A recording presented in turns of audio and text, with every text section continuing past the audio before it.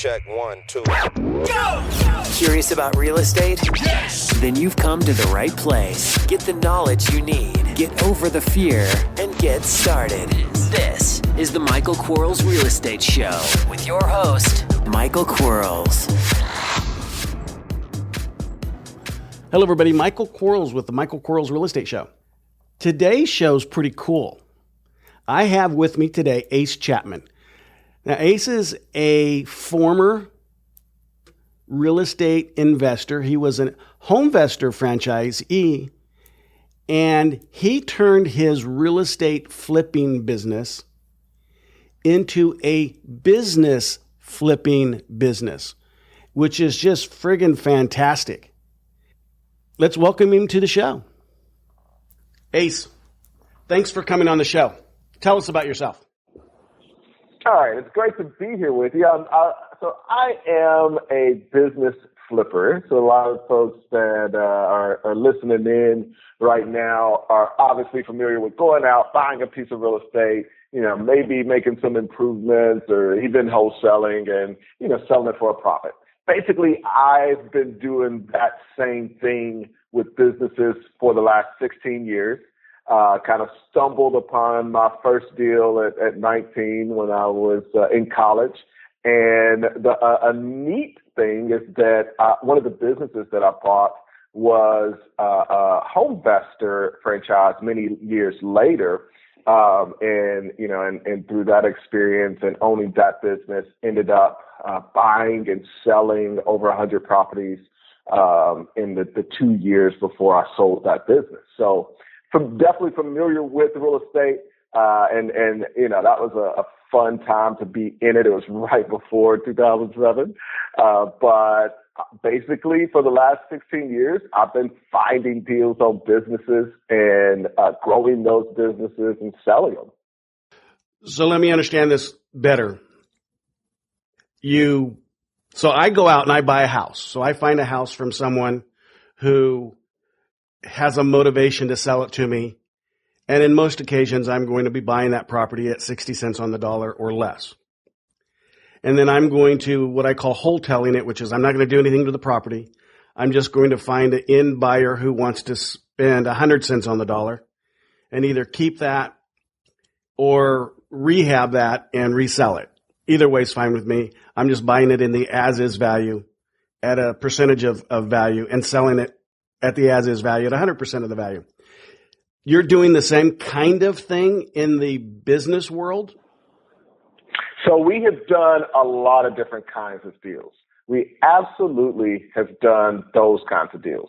The interesting thing is I prefer to buy businesses that are just great businesses. Many people who do real estate have had those situations where the house doesn't need a lot of rehab. Everything looks great, but there's a situation. There's a health issue, or the people have to move, they've been relocated, or there's a divorce. And, there's just some situation that causes that seller to be motivated. So a lot of times what we're doing is we come in, we make that process really easy for the seller. And so that's kind of the extreme case where we may do nothing to that business as far as rehab or any of that. We're, like you said, taking the as-is value, we're discounting it, we're making it really easy for that seller, we're buying that business from them, and then we're going to take it to market, be able to take our time, not be in a rush, obviously continue to maintain and manage and keep the business operating, but the goal isn't to necessarily come in and make drastic changes. The business is working. It's already profitable. And then we're going to find that seller at the other end. And so there's a lot of things because, as we know, businesses are just a more complex asset than a house. And so you've got this huge spectrum where you may just do a flip like that. You may go into the business and grow it. And then at the opposite end of that spectrum, we spend a lot of time in businesses that may be broken. We don't want to buy those deals, but we'll go into that business and act as consultants, and we'll take some equity in that business if we feel like, hey, this is, we're looking at a ton of deal flow. This has some potential. I think we can grow this business. We're going to take some equity in the business. We're going to come in, get involved, and help grow it not necessarily using cash or anything. And then we're going to sell that business and get paid for our equity, or just, get quarterly distributions and have it as a passive income. So that gives you kind of both sides of the coin. And then there's a lot of different interesting and fun things you can do. If you like deal structuring, this stuff could get to be a lot of fun. Okay, before we get into deal structuring, because that is a fascinating part of real estate, and it must be a fascinating part of business buying and selling. Yeah, it is. However, before we can structure a deal, we have to be able to find the deal. Mm-hmm. Now, I know in real estate, we can put up a billboard, we can do some radio, we can do some TV, we can do some, in the old days, some newspaper. We could do direct mail. Well, I love direct mail for everybody listening, yellowletters.com. Got to have those plugs. We can do those kinds of things. So how do you find your deal? So it's such an interesting asset, because you're dealing with an asset where somebody wants to sell the business. They don't want anybody to have any idea that it's for sale. They really don't even want to get into the negotiations with anybody when somebody does find out it's for sale. And so it's almost like this secret thing. And the truth is, what a lot of people don't realize, you go to these online listings, or you look in the newspaper, you look at anything that's public, what that represents in the business market is 20% of the deals that sell. So unlike real estate, where over 75% of the deals are advertised publicly in some way in order for them to sell, in this space, it's literally the opposite.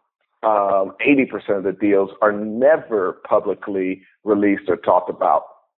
So it's a lot more work to get that deal flow. But the great news is, once you do get the deal flow, like we said, they don't want to go out. It's, you're not competing with all the other real estate investors. They don't want to go out and tell anybody else that this thing is available and might be for sale. So we're willing to do the work to get that deal flow. Some of the strategies that we've used is, number one, getting referrals. So it's neat when you go to a party and your network, you're telling people what you do, and you tell them that you buy businesses, or you're an investor in businesses, and they just have never met anybody that does that. It's like, what do you mean you buy businesses? How does that work? And that kind of thing. And you take up that mental space in their head just because you've got that permanent real estate or psychic RAM as the guy that buys businesses. And so a lot of where my deals come from today is literally the fact that I've been doing it for so long, and I am the only guy that anybody that they know that buys businesses. The other thing, though, is thinking about, okay, there are sources that will need to sell these businesses based on some of the things I talked about a second ago. So you take divorce, for example. When it comes to somebody being in a situation where they've got to sell that business, there really aren't a lot of options in this space. So it's almost like a godsend when we reach out to an attorney that may be a divorce attorney and say, hey, you got a deal where you got to get rid of a business, be sure to contact us. We'd love to work with you and possibly buy the deal and make it easy for your clients. The last thing that those folks want to deal with, in addition to the stress of that, is, or health or any other thing, it's like, man, what am I going to do with this business? And, we've had some amazing deals come because of that. We were negotiating a deal where my client had set up several times to sit down with a seller. The seller kept blowing them off. And we thought, well, this guy must not be motivated at all. And we got in touch with the attorney that referred us the deal, said, this guy didn't want to sell the business. He's stood up my client on 3 different occasions. And we find out that it's because the client can't bring himself to go back to the business, hadn't been to the business in over a year, and just refused to go back to the business. And it was a testament to the strength of the business that it was still operating and profitable. It had great employees, but it wasn't going to last like that forever. So we're able to come in and create a win-win situation when we get those deals and deal flow from the right places. I can see that. I can imagine the emotional stress sometimes of what people would go through and how they would not want to visit their business. And you're right. It won't last forever if you don't manage your business correctly. You said something that was interesting to me because in my business, buying houses for profit, I preach a lot of an elevator speech, that meet and greet. This is who I am. This is what I do. You indicated that a lot of your stuff comes from referrals, or a lot of your opportunity comes from referrals, which means you have to meet and greet a lot of people. Do you have a canned introduction of who you are and what you do that you can share with us? I do. It's really simple because like I said, it's built around the fact that they have never met anybody else that does what I do. And it's really simple. I'm Ace Chapman. I buy and sell businesses. And that kind of gets people's attention and most of the time leads, especially if it's at the right places. So when it comes to networking, a lot of what you're trying to do is go to target-rich environments. I mean, nobody wants to be the guy that's like at a social party and they're going around trying to talk about what they do and get referrals and that kind of thing. But when you do things like going to chamber events, or I'll go to startup events, or networking events that are specifically for businesses, meetups. Another one of our great sources is digital marketing consultants and business consultants. So we're going around and we're around those people and tell them what we do. There is you're in the right place when there starts to be a crowd kind of gathering around you as you talk about your stories of buying and selling businesses. Can we role play for a second? Because it's just fascinating to me. Do you mind? Yeah. I'm not going to put you on the spot. I promise. No. Good. Well, put me on the spot. Okay, good. Because I was about ready to say I was lying. I'm going to role play with you. I've met you at the chamber event. And what kind of businesses do you buy? So I bought everything ranging from internet-based stock market simulators to tanning salons. And, a lot of things in between. So I try to focus on helping sellers that need to sell their business quickly as opposed to focusing on a niche or industry. So, the reason I was asking is my wife has a manicurist business. She has 12 stations and she's just tired of managing it. Is that something that you would be interested in? Absolutely. And what I'd love to do is have the opportunity to talk to her and get a little bit of the story of how she started the business and gotten it to this point and why she's interested in selling, even before we get into the numbers or any of that. Do you pay top dollar, or do you try to lowball people on their price? When it comes to businesses, the price is in the eye of the beholder and what they're going to be able to do with that business. So what I can assure you is that I will always pay as much for that business as it's worth to me. Now, she's wanting to sell it as fast as possible. She has some health issues, which is the cause. How fast can you perform?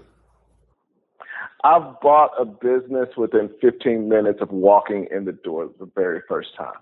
So it could happen really quickly. The more flexible you're willing to be with me, the quicker we can get a deal closed. Now, do we have to have a broker or realtor involved? No, and actually a lot of times brokers can add a lot of complexity to selling the business. And so if you're in a situation where you want to sell the business quickly, I would encourage you to sell it directly and keep all of those funds yourself as opposed to paying a broker. And how do we value, you mentioned that the value is based upon what you think it's worth, but how do you come up with that number? That's a great question. And we've got a couple different ways that we look at the business based on the assets that are in the business and based on the positive cash flow that's been generated. And then we figure out what we think we can do in the business, and we combine those three factors to come up with a price. And it's a little bit different than a lot of the pricing that the way other things are priced, because each business is so individual. It's its own kind of beast. And so it's unlike a car where you can look and say, okay, it's got this many miles. All the other cars that had that many miles and were that year sold at this price. This is the price. Or even a house where you can go to the county records and pull exactly what the other house is and base it off of that. Each business has its own price, but we use those three factors to come up with what that business is worth to us to buy it. And are you doing terms? Are you doing financing? All of the above? How do you pay for the business? What we'll do when we make you the offer, we'll give you a clear picture of every aspect of the deal. In the typical deal, we're going to have some type of holdback that you as the seller will hold and when we buy the business. And what that does is it creates a balance between the two of us. It's not fair for you to give me 100% financing. That wouldn't be fair because you're taking 100% of the risk that I'm going to be able to get in that deal and make it work. But just the same, it's not fair for me to give you 100% of the money up front because it's not fair that I'm going to buy this and, maybe it's not exactly what it was supposed to be. So we'll come up with something where we balance that out, where I'm giving you some cash up front and showing you that I'm serious. You're showing me that the business is real. You've got faith in it, and you've got some seller holdback. Now, we haven't filed taxes for 2 years. Does that impact your ability to buy the business? It may impact the price. We do have some ways that we can get into the business and still figure out what's going on. But it's definitely going to extend the amount of time that it takes us to get into the deal, do due diligence, and get to the closing table. Okay. What should I know that I'm not asking? One of the things that I would focus on as a seller is, are you going to be able to run this business? What experience do you have running businesses? How much time are you going to devote to this business? As a business owner, most of the time that business it's like a kid to them. The average business owner isn't out there being a deal maker. They've gone into this business, this location, and for 20, 30, literally, I just bought a business from a guy that's 33 years old. And so for them, this thing is like an adoption.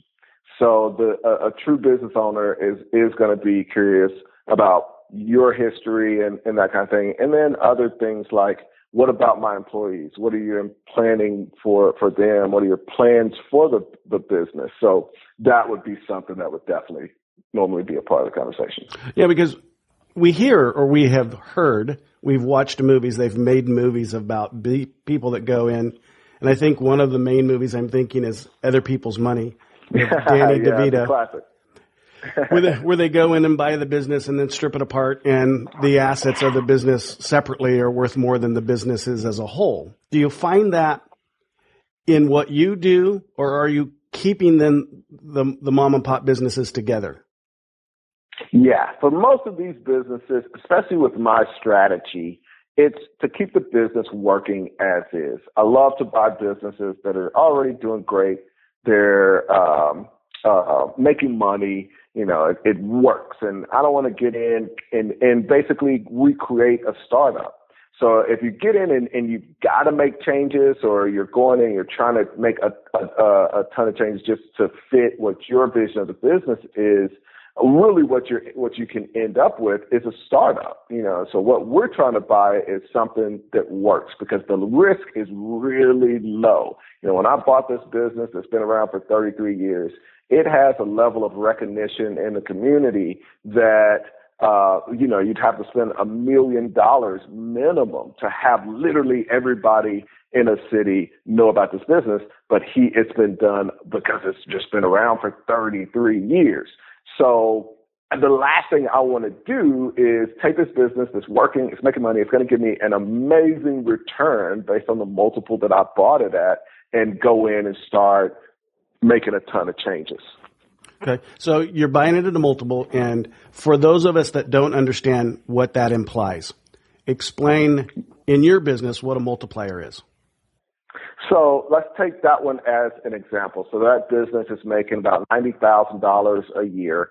And, tax returns every year is just absolutely perfect.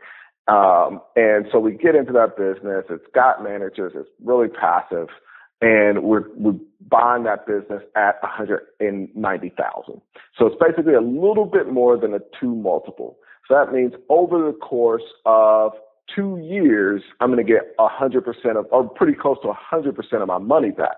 So when you compare that to the average investment, it's like, why would I go in trying to make changes and risk lowering that when compared to most things out there, that is an incredible return. So I want to just protect my asset and make sure everybody, employees are happy, everything's going great, nothing needs to be changed.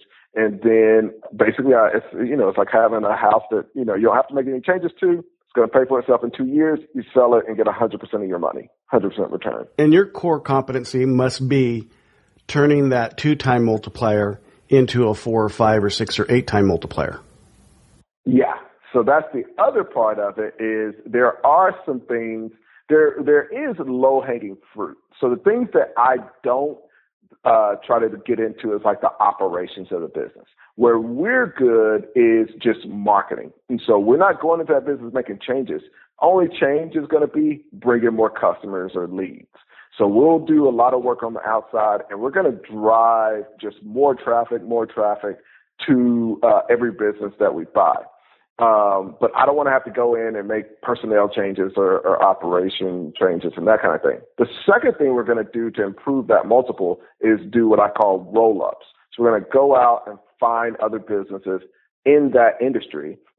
About the fact that I've owned 5 tanning salons. That was a roll-up where we got one, we get the next one, and ended up with a bunch of them. And what that does is increases the multiple. And that's the one place where it literally is like creating money out of thin air, because if you're under $1 million, your multiple is going to be a certain amount of industry. Let's say it's 2. And then you get over that and you attract a different set of buyers. Let's go backwards a little bit because I want to make sure everybody understands. Okay. When you're under $1 million, your multiple is 2. When you get over $1 million, what is the million? I know what $1 million represents, but what does the million represent in this basis? It is price. Yeah, that's a great question. So it could be that, you've grown if you're buying a business that's making 100,000, then that multiple is going to be 2. But let's say you're buying a business that is netting $500,000, then that multiple, instead of just going and being $1 million business, could be 3 or 4. So that because it's just a bigger business, somebody's going to be able to come and buy that at once. They're going to be willing to pay more for it. And you're able to sell that for maybe 1.5 or 2 million. So what you've done effectively is if you get 5 of those $100,000 businesses, put them together, and really, it has to be it makes sense that you've got a manager of all 5, and all of that is like one business. And you could literally spend $1 million doing that and then sell it to somebody else at 1.5. And when you buy, you're going for terms, not 100%, either way. So you're not giving 100% cash, but you're not getting 100% exactly financing. When you flip this thing, for lack of better words, being a real estate guy, I understand flipping. When you flip this thing to the end entrepreneur, are you financing it for them, or are you making them cash out? No, yeah, I love financing. It allows me to increase my price, so I'm getting an overall increased price. And then I also like to hold equity, just because, like I said, I'm going to drive traffic and try to grow the business. But I know that at the end of the day, I'm a deal maker. and I'm going to go out into the marketplace and be looking for more deals and that kind of thing. But what that means is I do know that I leave money on the table, and I have to be okay with that. And, we had a deal here last year where I sold the business maybe 3 or 4 years ago, was really glad that I kept some equity for a couple of years. And they came back to me, getting a quarterly statement. There was some other financing involved. They came back to me a couple of years into the deal, like, hey, we want to buy you out. And I should have known, there was something going, there was some reason they wanted to. So they paid me cash, bought my equity out. And then I ran into him last year. So when I sold this business, it was grossing about $750,000, and I felt like, man, there's just no way. I bought it at it was grossing $600, grew it to $750. Man, that's killer. This is great. There's no way this business could get any bigger. So I ran into him last year. It's like, hey, how's the business going? It's like, it's pretty good. We hit 1.4 last year. We should hit 1.6 this year. I'm like, what? Like, how are y'all doing that in that business? That's not even possible. So the other, if I could find people that I know are just going to be really he goes into that business every day. I don't think I spent one full day in that business the 2 years that I owned it. Actually, a really, really funny thing to tell you, just happened. I was hanging out with somebody who's become a friend and is working in a business that I own now. And she was saying, like, hey, back in the day, that's funny that you used to own that business. I used to work there, but I guess it was with the owners. I was like, what years did you work there? And she was like, gave me the years. I was like, I was the owner then. Just like I never saw you. Like, how did I never see you? So that tells you how these businesses can be run. But I know that I'm leaving money on the table, so I want to keep some equity. Right. Actually, I like that business model where you don't have to be inside your business, that it runs, it produces, it pushes off an income at the end of the day that you can rely upon. The entrepreneurial role is so much better than the technician and the manager's role. So I get it. I also understand if you're inside of it, you can make it better or bigger, but I certainly believe in exponential growth. And it sounds like with what you're doing, you can have exponential growth. You can have multiples in business, and do very, very well. Tell me about your, gosh, this is a horrible question to ask. I apologize in advance. Tell me about your worst experience buying and selling businesses. Oh, yeah. So I talked a little bit about that salon roll-up. So we had done several deals, and I had one more that I really had I knew who my buyer was. I was in negotiations with them, and we had went out doing some of the deal flow stuff that we do, and I basically contacted them earlier when we were aggressively buying, and they didn't get back to me till a while later and wanted to sell. And I didn't really want the business, to be quite honest, but I'm like, hey, if I get in a rock bottom deal on this thing, I'll buy it. So I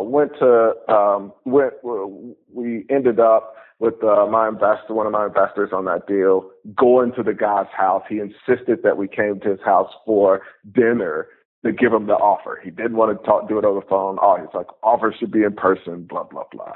And so that was probably the first bad idea. So I go to his house, and like I said, this was supposed to be a rock bottom offer. And, we're kind of wrapping up dinner, getting down to business, and I tell him our offer and just sit there. As we all know, it's kind of typical negotiation. And he doesn't say anything. I don't say anything. His wife is sitting there. She doesn't say anything. My partner's sitting there.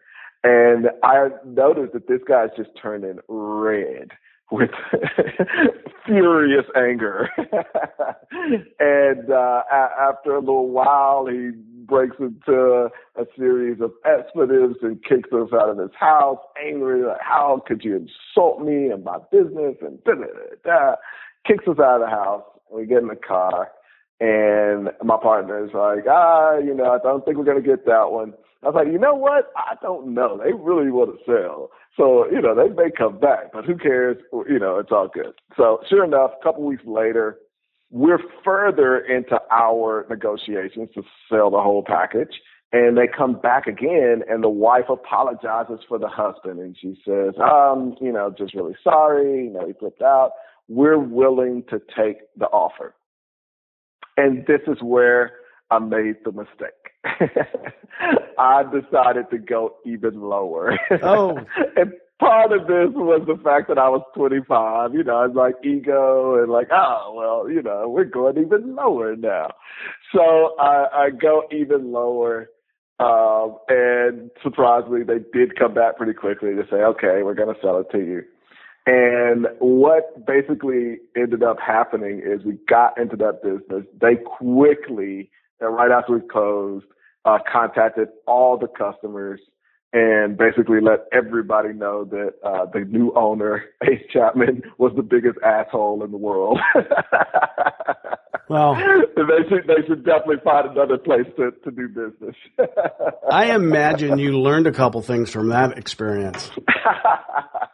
I did. It was I learned a lot, and glad that before I started helping other people do what I do, I went through those bumps and bruises, and can kind of warn people like, hey, this is what can happen. And so we now have a negotiation process that we really try to build a positive relationship and make sure that both parties are in the thing win-win.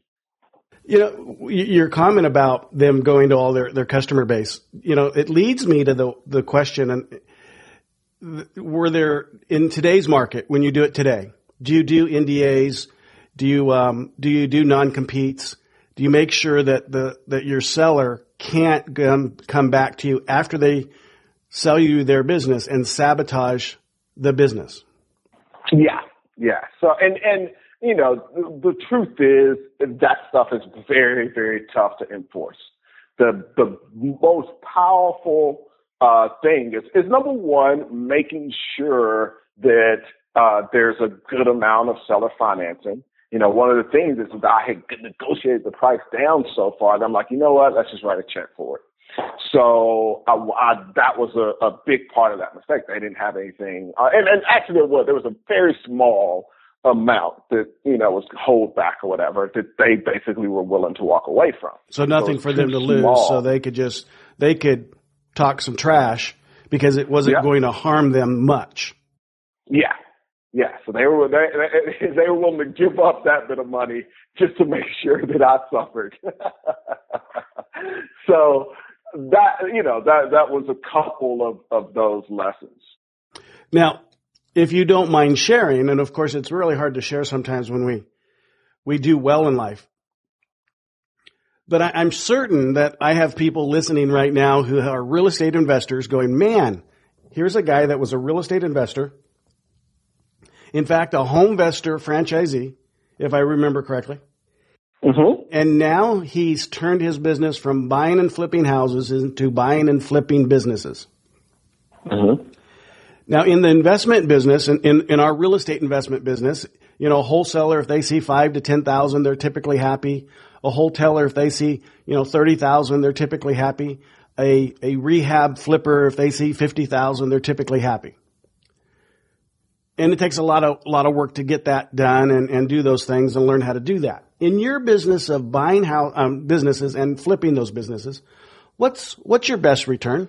If you can share, if you don't, and however you want to answer that, I know it's an open-ended. Yeah, that's maybe tough. I don't want to share all of that answer, Mike, with you, but give us a little bit of make us salivate a little bit. Yeah. So there's a different, especially from some of the stuff I was doing when I was a lot more active in flipping and that kind of thing, where I was just getting a deal, trying to find a buyer, and then selling it within a matter of months. The 6-month hold time is a longer period of time. For those kind of deals, typically 20,000 was great. Now though, everything is sold when we completely pay it off. So most recently we had a deal. We had bought the business. It was a $220,000 business. I actually had a partner that was operating the business. I actually got another one on the market right now. But, had a partner on that deal. He was able to grow that business. We ended up paying it off in right at 19 months, and ended up putting it back on the market for $345, and we did 50% financing. So that was a deal where in the 50%, 15% of that is equity, and then the rest of it is a loan, and he paid that up front. So those checks are nice because, that's, you're getting $100,000 just written to you at closing. But the other really nice thing is that long-term income. So, right. On that deal, in the matter of 19 months, we made $345,000 total, with a nice six-figure payday at closing. And I imagine you also had or could have had an income stream during the period of that time while you own while you own the business.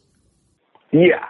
So the way that I normally calculate it is I'm just considering that getting all of my money back. So I'm making that income. Right. But, I could say, oh, well, it was this amount. We made, $250,000 over the course of the 2 years. But the truth is that's my money coming back. Okay. You see what I'm saying? So right. The gross amount made on the deal would be closer to $600,000, but really 250 of it was really my money. Gotcha. I understand. Okay. But a lot of people do, that's the same in real estate. A lot of people are like, oh, I made this much of this. Like, yeah, but, you're really paying off the asset itself. Right. How does, you've shared with us kind of how you got into it, but how does someone who's flipping houses now get into the flipping business? If they wanted to say, hey, Mike, because I coach a lot of students and they go, I don't want you to coach me anymore. I want to go do what he does. How do they do that? So we do have a program because it can be a little bit tough. Obviously, you can go out, and I'm sure there are a lot of real estate investors that have done this in real estate, and you just go and you start negotiating, find deals, and do it. If you have somebody that's mentoring you or holding your hand, it goes quicker. It's the only thing that happens. So you can still figure this stuff out going out and just looking at deals. We've got a process that we take people through. It's basically the only way that I'm really willing to work with folks is a year-long program because this is a very complex asset.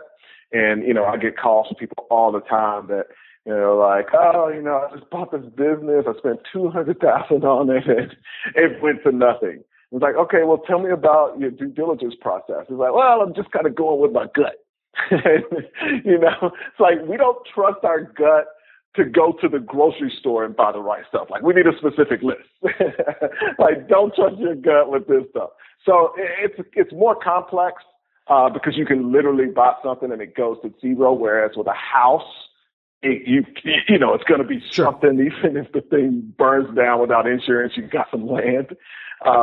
So you want to be careful as you do it. And it's one of the reasons nobody ever talks about this stuff. Is because of that. It's not just, oh, I'm just going to go and play around and dabble in it. Right. Yeah. And it seems from the outsider's perspective, and if this sounds horrible, I apologize to you, but it almost seems a little scary. Yeah. That's what I'm like. I do not try to get people like pumped up and, oh, I'm just going to go out and this is make $1 million doing this. It's easy and hard at the same time. The easy part is if you know what you're doing, there's literally no competition. Like I remember back in the day with the HomeVestor franchise, it was just like other investors we had to compete with. We got other just regular buyers. It was just a more competitive thing.